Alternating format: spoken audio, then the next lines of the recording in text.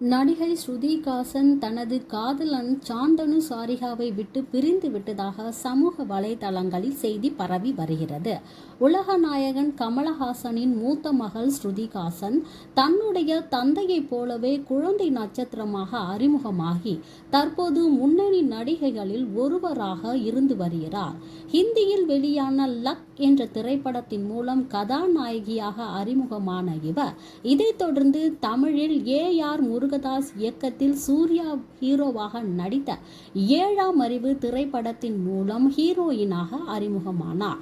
அப்படம் கொடுத்த வெற்றியை தொடர்ந்து தமிழ், தெலுங்கு, ஹிந்தி, மலையாளம் என அடுத்தடுத்து படங்களில் நடித்து முன்னணி நடிகையாக வலம் வந்தார். இவர் பீக்கில் இருந்தபோது திடீரென சினிமாவை விட்டு விலகினார். இதையடுத்து கடந்த ஆண்டு பிரபாஸ் நடித்த சலார் திரைப்படத்தின் மூலம் சினிமாவில் கம்பேக் கொடுத்தார் ஸ்ருதி. இதைத் தொடர்ந்து ஸ்ருதிஹாசன் இயக்கத்தில் அண்மையில் இனிமேல் என்ற ஆல்பம் பாடல் வெளியானது. கமல் எழுதிய இந்த ஆல்பம் பாடலில் லோகேஷ் கனகராஜ் நடித்திருந்தார். இதைத் தொடர்ந்து அவர் தெலுங்கில் டக்கோய் என்கிற படத்தில் நடித்து வருகிறார். நடிகை ஸ்ருதிஹாசன் சாந்தனு சாரிகா என்பவரை நீண்ட நாட்களாக காதலித்து வந்தார். இருவரும் மும்பையில் ஒரே வீட்டில் வசித்து வந்த நிலையில் தனது காதலர் குறித்தும் காதல் குறித்தும் அவ்வப்போது வெளிப்படையாகவே பேசி வந்தார் ஸ்ருதி. இருவரும் ரகசியமாக திருமணம் செய்து கொண்டதாக கடந்த ஆண்டு தகவல் பரவிய போதும் இது தொடர்பாக விளக்கமும் கொடுத்திருந்தார் ஸ்ருதி. இந்நிலையில் ஸ்ருதிஹாசன் தனது இன்ஸ்டாகிராம் பக்கத்தில் இருந்து தன்னுடைய காதலனுடன் சேர்ந்து எடுத்த அனைத்து போட்டோக்களையும் டெலீட் செய்து அவரை அன்ஃபாலோ செய்துள்ளார். இதே போல காதலர் சாந்தனுவும் ஸ்ருதியின் போட்டோக்களை டெலீட் செய்து அவரை அன்ஃபாலோ செய்திருக்கிறார்.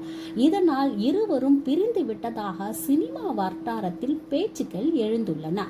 இது உண்மையில்லை, வெறும் வதந்தியா என்பது தெரியவில்லை.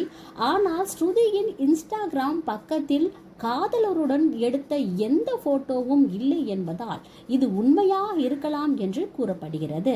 இருவரும் எதற்காக பிரிந்தார்கள் என்பதற்கான காரணம் தெரியவில்லை.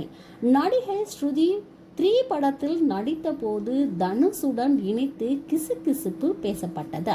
இதைத் தொடர்ந்து தெலுங்கில் நடிகர் சித்தார்த்துடன் நடித்த போதும் கிசுகிசுவில் சிக்கினார்.